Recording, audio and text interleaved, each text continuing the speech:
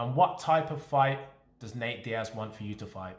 A pub brawl in a phone booth. And he's got this genius way. There is something about, we've seen it before, same thing with Conor first fight. There is something about Nate Diaz where he manages to get elite level fighters who are more well-rounded than him to fight his type of fight.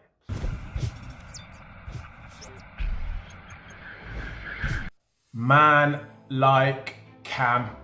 Can we talk UFC 241 for a second? All right then. DC loses by TKO to Stipe Miocic. Madness. I can't believe it. So many handicappers, very experienced sports bettors were calling for DC an easy victory by DC. An easy victory. Didn't happen, did it? To be fair to DC, I did have him 3-zip up at the time of the TKO. But then all of a sudden Stipe changed something, didn't he? Changed something. Very savvy and super high level fight IQ. Fourth round comes round. He's not having great success. Cardio tank is draining. What does he do? Starts going to the body.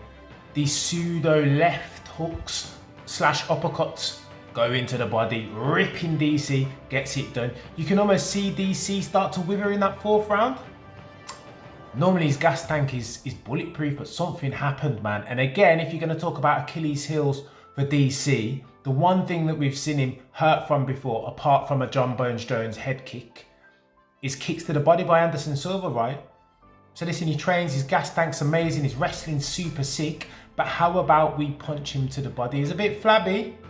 Never hurt him before, apart from when people go to the body and consistently. So Stipe, fourth round comes round, sets on Daniel Cormier's body like nobody else has done before.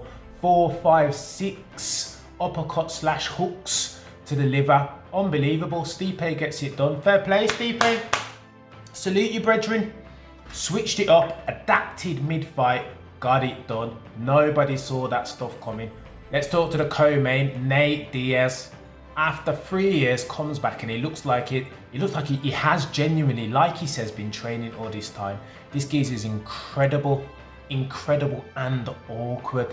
Anthony Showtime Pettis, for my money, had all the tools necessary to get it done. Kicks for crazy kicks. The dude hits hard, knocks out Stephen Wonderboy Thompson, causes Tony Ferguson all kind of trouble. We've seen the geezer hits hard, doesn't get anything done against Nate Diaz though. It saddens me ever so slightly because I think when a dude has all the tools and strategy lets him down, it feels like a bit of a missed opportunity to me. I feel like Pettis should have made that an easy fight with, let's list it out now, low kicks. Commit to the low kicks, brethren, surely. Just go true with the low kicks and keep going for them. You're a southpaw, for God's sake. The leg is there for you, bruv. Low kicks.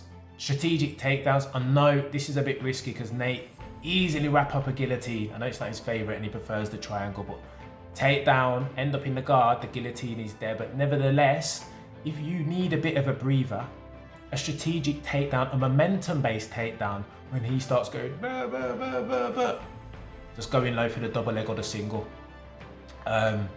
Stay away, post, slip and slide.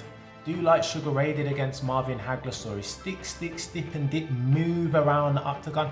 None of that was there from Showtime Pettis. Hence why Nate Diaz gets it done, and it wasn't even that hard to fight for him. Now, I've had a few conversations with brethren about whether Nate Diaz actually looked that good, or whether the story of this fight wasn't the things that Showtime could have done but didn't do. And I think the latter. I think if Showtime does all them things that we talked about, low kicks, takedowns, stays away, posts, slips and slides, body kicks, easy fight for my man. Easy fight. But there is something to be said about Showtime Pettis being a bit of an Evander Holyfield, and what I mean by that is that he talks a good game. He looks $1 million in the open workouts, movement on fleek, but then when you catch him, he turns it, sack off all the strategy, all of what I talked before. And what type of fight does Nate Diaz want for you to fight? A pub brawl in a phone booth. And he's got this genius way. There is something about, we've seen it before, same thing with Conor first fight. There is something about Nate Diaz where he manages to get elite level fighters who are more well-rounded than him to fight his type of fight. Pride trumps. Here's my pride, and I'm a man, and I'm a brawl you, because that's what's going on. Nate Diaz gets it done, calls out Jorge Masvidal, grain bread, after the fight. Now, why? I know Nate's got that ability. He has got that ability to sprawl and brawl, but why? I don't know. Game bread might be he might be chewing up a little bit too much there still. I wouldn't. Listen, who would bet against Nate Diaz at this point? Make the fight happen, man. It's going to be a bad boy fight anyway. Preceding fight, let's talk to Romero and Costa. These two, let me tell you what these two fighting remind me of. The way these two are constructed, muscles upon muscles, it reminded me of, you know, in Endgame, the Avengers, when Thanos fought Hulk. That's what it looked like to me. Chaos in that ring. These dudes were singing, no setups, no lazy jabs. Every single one of these punches thrown over the course of 3 5-minute rounds were killer blows. They were intended to knock their opponent out, every single one of them, and it made for a brilliant fight, right? Fight of the night, and rightfully so. Costa ultimately gets it done. I had it 2-1 for Costa, only based upon my favourite thing, consistency of output. Yoel Romero, being a crafty veteran and not having the greatest cardio in the world, likes to take big portions of rounds off, and for the most part I saw Costa working in those gaps. 2-1 for me for Costa. Fair play to him. What's next for Maidon? Oh, gotta be a title shot, right? He'll get the win of Adesanya and Whittaker whenever that happens. That'll be a massive fight. Dana said that Costa left the octagon, left the arena in a wheelchair, so he has got some cuts and bruises, some injuries to heal it, but nevertheless, whenever that fight, the winner of Adesanya, he's first in line, right? Worthy of note also, wily veteran that is Romero. Did you see the tricks that he was playing in that octagon? Crazy tricks for breathers, eye pokes, feigning some serious injury because of the low knee. Okay, so it was low, but like they said on the broadcast, no real damage was caused. Yet Yoel Romero's there taking every second of the 5 minutes that is allowed so he can take a breather. Still something wrong with my man's gas tank.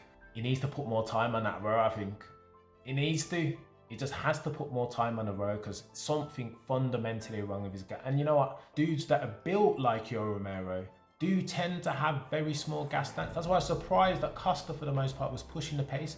Built the same way, just got a larger gas tank. And ultimately, I think if you're talking about deciding factors in the outcome, Costa's gas tank, his ability to push the pace. Granted, he got a bit tired and fatigued round 3 towards the end there, but for the most part, he was prepared to push the pace. I think Costa might have put him away. Anyway, sick event. We need more of those, I think. So UFC 241 is in the books. Crazy main, crazy co-main. Brilliant event. Thoroughly enjoyed it top to bottom. A lot of people have been saying that the UFC events that we've had over the past few weeks have been weaker, and that they're spreading them too thin on the back of the ESPN deal. This makes up for it a little bit. It does make up for it. Please like, comment, and smash the subscribe button. We'll be back next week with more UFC analysis, talking to any hot topics in the week and previewing the next main events. Thanks for watching.